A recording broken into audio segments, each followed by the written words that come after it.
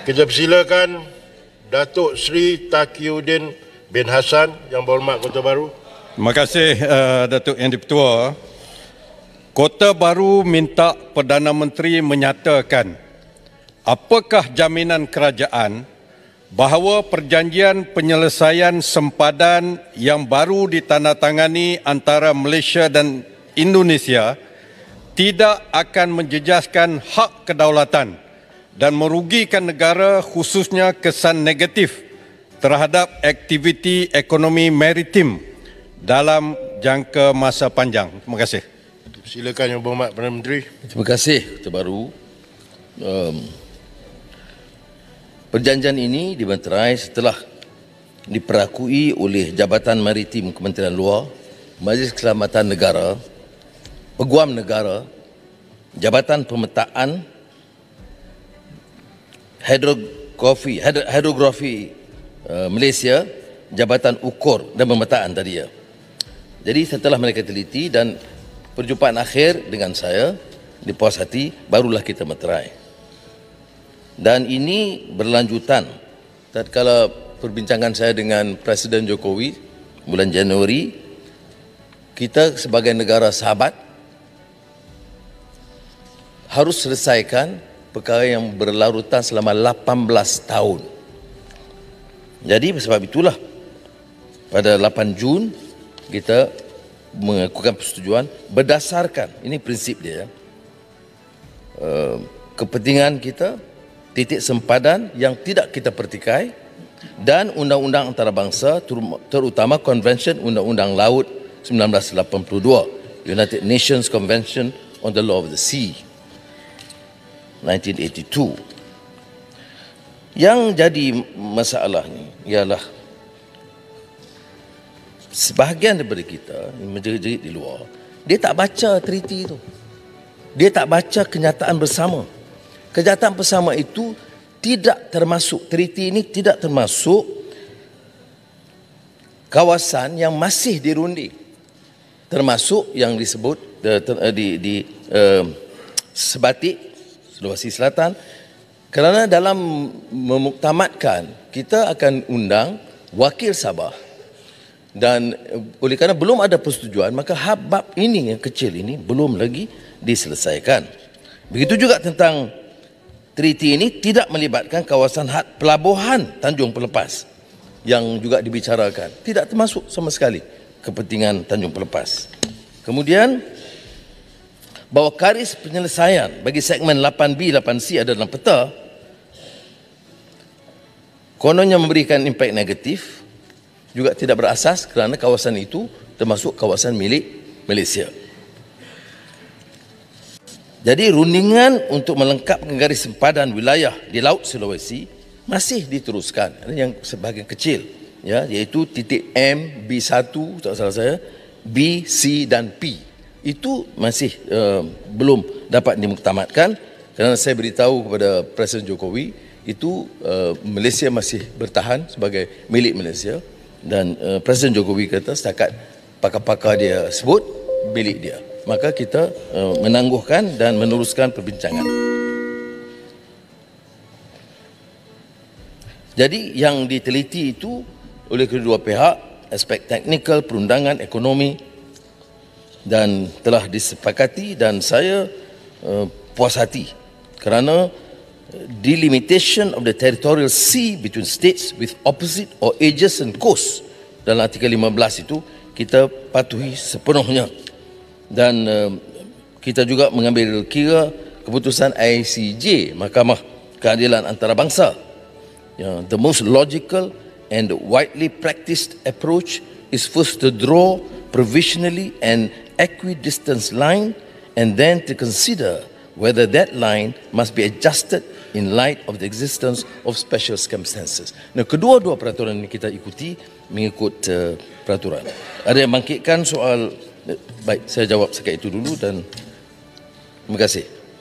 Yang Berhormat Kota Baru, soalan Terima kasih Tuan Yang di-Pertua. Terima kasih Yang Berhormat Perdana Menteri di atas jawapan diberikan sekejap tadi. Yang Berhormat Tuan Yang di-Pertua, apabila kita bercakap mengenai sempadan wilayah sesebuah negara, ia tentunya berkait rapat dengan soal kedaulatan ataupun sovereignty negara tersebut yang seringkali menjadi pertikaian antara negara-negara berjiran, seumpama kita dengan Indonesia sekarang ini. Dalam hal ini, ramai berpandangan langkah yang telah diambil oleh Yang Berhormat Perdana Menteri menandatangani perjanjian dengan Presiden Indonesia baru-baru ini berkaitan pertikaian maritim Malaysia-Indonesia ini bukanlah satu langkah proaktif untuk menyelesaikan pertikaian yang disebut tadi sudah 18 tahun, tetapi ianya lebih suatu langkah kompromi yang kurang berhati-hati yang boleh merugikan usaha melindungi hak wilayah Malaysia dan menyentuh soal kedaulatan negara. Tindakan kerajaan dan Yang Berhormat Perdana Menteri juga jelas, ini penting, membelakangkan pandangan pakar-pakar maritim kita yang selama ini membantu kerajaan dengan tekun dalam usaha melindungi hak wilayah maritim. Mereka memberi pandangan pakar, expert opinion, agar Malaysia tidak berkompromi dengan tuntutan Jakarta yang membabitkan kawasan laut di Laut Sulawesi dan di bahagian paling selatan di Selat Melaka. Pandangan mereka, langkah ini merugikan Malaysia, di mana negeri Johor pada pandangan mereka akan kehilangan wilayah laut, termasuk menghadapi kesan negatif aktiviti ekonomi maritim di Pelabuhan Tanjung Pelepas, manakala Pelabuhan Tawau Sabah akan... Yang Berhormat, ini bukan ruang untuk Yang Berhormat bersyarah. Direct to the question. Kalau nak ikut macam tu, masa dah lebih 2 minit dah. Right? Please get to the point. Dengan izin.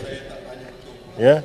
Saya nak tanya Perdana Menteri. Oleh kerana Perdana Menteri, saya ada 4 soalan sahaja. 4 sahaja. Yang pertama soalan saya, adakah langkah yang diambil oleh Yang Berhormat Perdana Menteri dalam hal ini, iaitu menandatangani perjanjian dengan Jokowi, telah mengambil kira pandangan pihak yang berkepentingan, interested parties, khususnya Kerajaan Negeri Johor dan Kerajaan Negeri Sabah?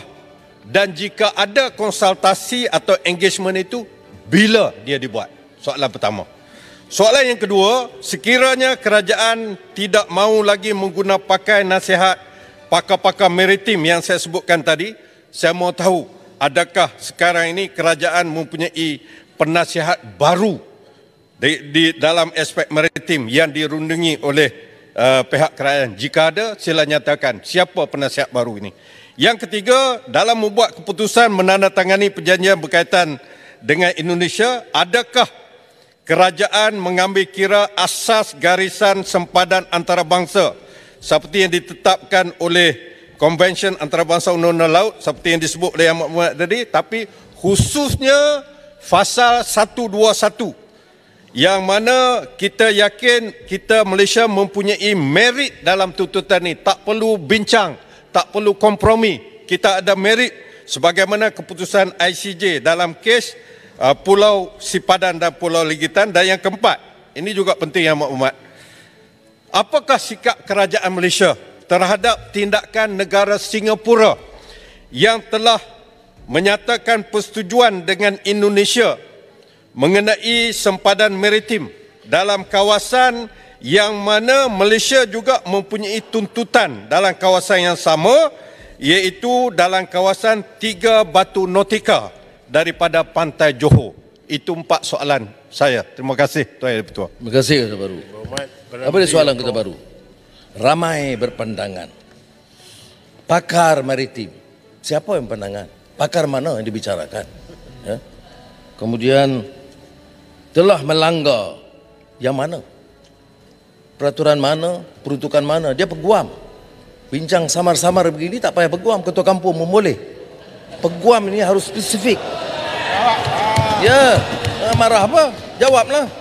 Nombor 1. Apakah pandangan pihak berkepentingan? Johor, Tuanku Sultan telah dimaklum bahawa ini sempadan ini 3 batu nautical miles, 3 batu nautika daripada kawasan. Ini jauh, tidak termasuk perbatasan Johor. 1. Sabah tidak dimeterai dalam hal ini. Ketua Menteri Sabah dimaklum bahawa memuktamadkan Pulau Sebatik dan kawasan yang melibatkan Tawau dan Sabah itu ditangguh sehingga ada persetujuan baru kerana kita belum bersetuju. Saya ada cakap tadi, dengarlah. Soalan kedua, pakar maritime. Pakar maritime mana? Saya dah sebut nama-nama. Kementerian Luar, Jabatan Maritim, MKN, Peguam Negara, Jabatan Ukur dan Pemetaan, Hidrografi Malaysia.